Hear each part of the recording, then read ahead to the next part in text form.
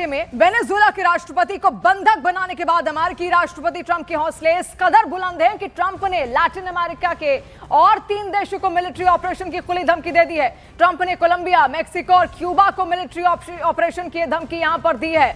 इससे पहले वेनेजुएला के बाद अब मेक्सिको और क्यूबा को भी धमकाते हुए यहां पर ट्रंप नजर आ रहे हैं। और कहा तो ये जा रहा है कि एक तरीके से जिस तरीके से यहां पर मादुरो की गिरफ्तारी यहां पर की गई ट्रंप की ओर से, तो वो ये तो कह रहे थे कि ड्रग तस्करी का उन पर बहुत बड़ा आरोप था इस वजह से। लेकिन एक जो दूसरा एंगल निकलकर सामने आ रहा है वो इस वजह से भी क्योंकि ट्रंप बार बार ये बयान दे चुके हैं कि ये तमाम जितने भी एरिया है ये अमेरिका के लिए बेहद महत्वपूर्ण है, रणनीतिक रूप से महत्वपूर्ण है और इसलिए भी वो उन पर कब्जा कर सकते हैं। अब देखिए, ट्रंप ने कोलंबिया, क्यूबा और मेक्सिको की सरकारों को सैन्य कार्रवाई की चेतावनी दी है।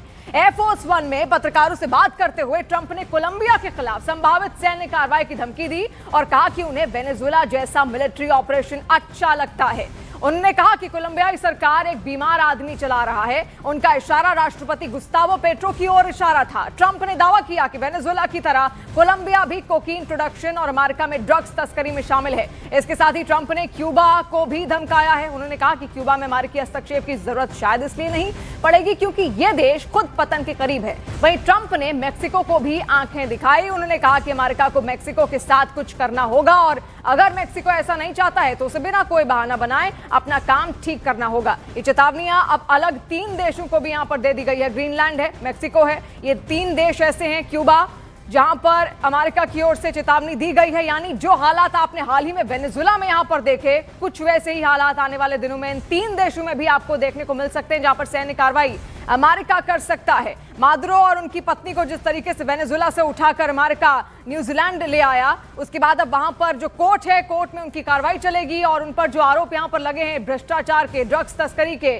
जो ड्रग्स लगातार सप्लाई करवा रहे थे अमेरिका के अंदर भी और बहुत ज्यादा मात्रा में, आपको बता दें जो वेनेजुएलन्स थे वो अमेरिका भी जाते थे, इल्लीगल तरीके से वहां पर रहते थे, उसको लेकर भी गुस्सा लगातार ट्रंप के मन में बना हुआ था। 13 साल से लगातार वेनेजुएला की सत्ता में यहां पर मादुरो थे और उन पर भ्रष्टाचार के आरोप भी यहां पर लगते आए हैं शुरुआत से ही। इसके अलावा ये कहा जाता है कि ड्रग्स तस्करी में वो इन्वॉल्व थे, कोकीन और अलग अलग तरीके की ड्रग्स की सप्लाई वो अमेरिका तक इल्लीगल तरीके से करवाते थे, जिसकी वजह से अमेरिका में लोग इससे प्रभावित होते थे। वहां के युवाओं को नशे की आदत लगने लगती थी और इसके अलावा मशीन गन्स का जो खेप है उस पर कब्जा जमाना जो अमेरिका की तरफ आनी थी, लेकिन उस पर भी वेनेजुएला और मादुरो अपना कब्जा जमा लेते थे, जो कि रणनीतिक लिहाज से, सुरक्षा के लिहाज से ट्रंप के लिए, अमेरिका के लिए बिल्कुल अच्छा नहीं था।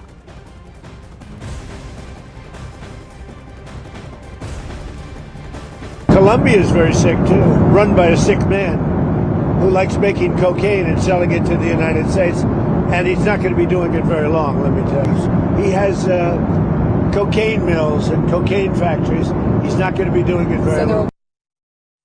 That Cuba is ready to fall, you know. Yes. Cuba looks like it's ready to fall. I don't know if they're going to hold out. But Cuba now has no income. They got all of their income from Venezuela, from the Venezuelan oil. They're not getting any of it. And Cuba literally is ready to fall. And you have a lot of great Cuban Americans that are going to be very happy about this.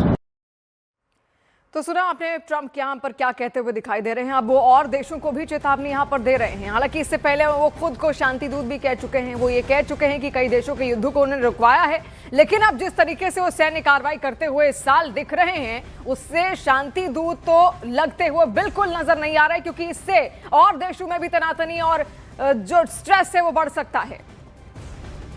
देखिए, जो लोग समझ रहे थे कि Venezuela पर कब्जा करने के बाद ट्रंप शांति से बैठ जाएंगे, उन्हें ट्रंप ने अपने ताजा बयान से अब चौंका दिया है। ट्रंप ने साफ कर दिया है कि ग्रीनलैंड पर अमेरिका का कब्जा बहुत जरूरी है। वहीं ईरान भी ट्रंप की नजर में बहुत दिनों से खटक रहा है।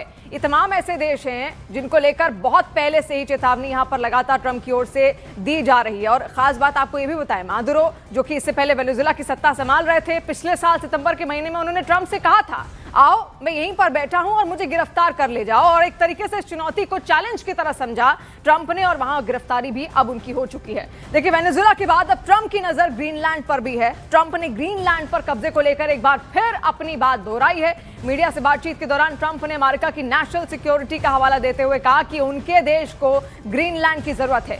उन्होंने कहा कि ग्रीनलैंड इस समय बेहद अहम और स्ट्रैटेजिक इलाका बन चुका है। ट्रंप के मुताबिक ग्रीनलैंड के आसपास रूसी और चीनी जहाज मौजूद हैं जो अमेरिका की सुरक्षा के लिए चिंता का विषय हैं। ट्रंप ने साफ शब्दों में कहा है कि डेनमार्क ग्रीनलैंड को सुरक्षित नहीं रख सकता। इतना ही नहीं, उन्होंने यह भी दावा किया कि यूरोपियन यूनियन चाहता है कि अमेरिका ग्रीनलैंड अपने पास रखे और यूरोपियन यूनियन को इसकी जानकारी है।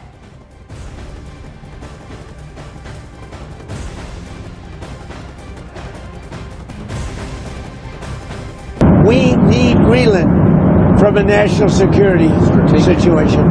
It's so strategic. Right now, Greenland is covered with Russian and Chinese ships all over the place. We need Greenland from the standpoint of national security.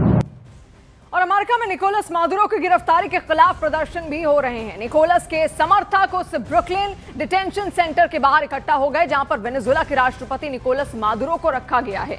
इस मौके पर प्रदर्शनकारियों ने मादुरो की गिरफ्तारी का विरोध करते हुए कहा कि अमेरिकी सरकार को किसी संप्रभु देश में जाकर खुलेआम ये कहने का कोई हक नहीं है कि हम आपका तेल लेंगे, आपका सोना लेंगे और हम संसाधनों का फायदा उठाएंगे। वहीं वेनेजुएला की राजधानी काराकास में मादुरो के समर्थकों ने उनकी रिहाई की मांग को लेकर विरोध प्रदर्शन किया।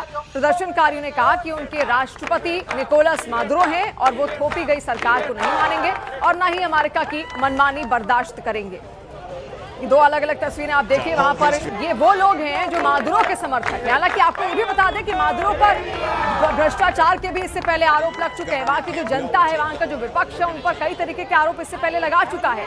इसके अलावा हाल ही में नोबेल पीस प्राइज विजेता जो मारिना मचोडा थी, आपको बता दें उन पर प्रतिबंध लगा दिया गया था वहां के चुनाव लड़ने से। और वहीं साउथ कोरिया में ट्रंप के खिलाफ ऐसा प्रदर्शन भी अब हुआ जिसने सभी का ध्यान खींचा है। प्रदर्शनकारियों ने साउथ कोरिया में अमेरिकी दूतावास के सामने ट्रंप के दो अलग अलग कटआउट लगाए हैं। एक कटआउट में ट्रंप को मास्क, राइफल और तेल का कंटेनर पकड़े दिखाया गया है। स्तर पर लिखा गया था माय ऑयल। वहीं दूसरे कटआउट में ट्रंप को बंधक भी दिखाया गया है। इसमें ट्रंप घुटने पर बैठे हुए नजर आ रहे हैं और उन्हें रस्सी से बांधा गया था। सैकड़ों की संख्या में प्रदर्शनकारी हाथों में होर्डिंग्स लिए ट्रंप के वेनेजुएला ऑपरेशन का विरोध करते नजर आए। और इधर ईरान पर भी अमेरिका अपनी नजरें बनाए हुए है। अमेरिकी राष्ट्रपति ट्रंप ने ईरान में महंगाई और भ्रष्टाचार को लेकर हो रहे हिंसक प्रदर्शनों पर कहा है कि अगर अमेरिका ईरान के हालात पर बहुत करीब से नजर रखे हुए है, अगर ईरानी सरकार ने विरोध को दबाने के लिए लोगों को मारना शुरू किया तो अमेरिका उन्हें बहुत जोरदार जवाब देगा। We're watching it very closely. If they start killing people like they have in the past, I think they're going to get hit very hard by the United States. We're watching it very closely. If they start killing people like they have in the past, I think they're going to get hit very hard by the United States. We're watching it very closely. If they start killing people like they have in the past, I think they're going to get hit very hard by the United States. और इधर ईरानी media के हवाले से खबर है कि supreme leader Ali Khamenei के पास Moscow भागने का एक बैकअप प्लान तैयार है। अगर ईरान में श्रीलंका, बांग्लादेश और नेपाल जैसे तख्तापलट की नौबत आई तो खामनेई देश छोड़ देंगे। खबर है कि अगर खामनेई जनविरोध को दबाने में नाकाम रहते हैं तो वो अपनी करीब 20 करीबियों, सहयोगियों और परिवार के साथ देश छोड़ देंगे। ईरानी मीडिया के एक अखबार ने एक इंटेलिजेंस रिपोर्ट का हवाला देते हुए ये दावा किया है। हाल ही में कई सारे प्रदर्शन ईरान में यहाँ पर हुए और वहाँ के जो सुप्रीम लीडर हैं अली खामनेई, उनको अमेरिका इससे पहले भी चेतावनी दे चुका है और अब तो उनके ही लोग उनका विरोध कर रहे हैं। अब आपको वर्ल्ड मैप के जरिए दिखाते हैं कि वेनेजुएला के बाद दुनिया के जिन 5 देशों पर ट्रंप की नजर है, उन देशों की लोकेशन क्या है और अमेरिका से उन देशों की दूरी आखिर कितनी ज्यादा है। अब आप पूरा मैप यहां पर देखिए। ट्रंप का जो अगला टारगेट है वो कुछ 5 देश, हमें 5 देश कौन कौन से हैं। पहला तो वेनेजुएला हो ही चुका है। वेनेजुएला के बाद और देश हैं जिन पर वो लगातार अपनी निगाहें यहां पर टिकाया हुआ है।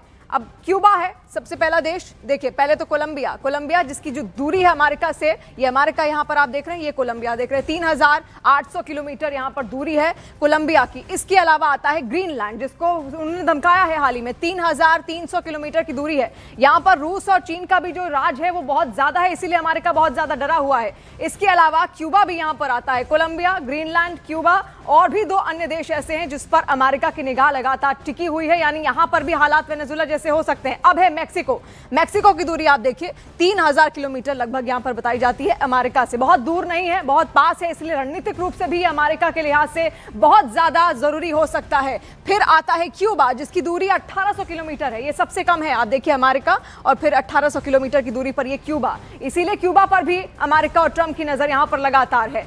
अब जो इसके बाद देश है वो ईरान। काफी ज्यादा दूरी आप कह सकते हैं, दोनों अलग अलग छोर पर है, पर ईरान पर बहुत पहले से ही नजर यहां पर है, क्योंकि इजरायल और ईरान का जब युद्ध हुआ था तो भी अमेरिका ने चेतावनी यहां पर दी थी। उस वक्त भी खामनेई को 10,200 किलोमीटर की दूरी आप यहां पर देख रहे हैं। तो ये 5 देश ऐसे हैं वेनेजुएला के बाद जिस पर अमेरिका और ट्रंप की नजर है।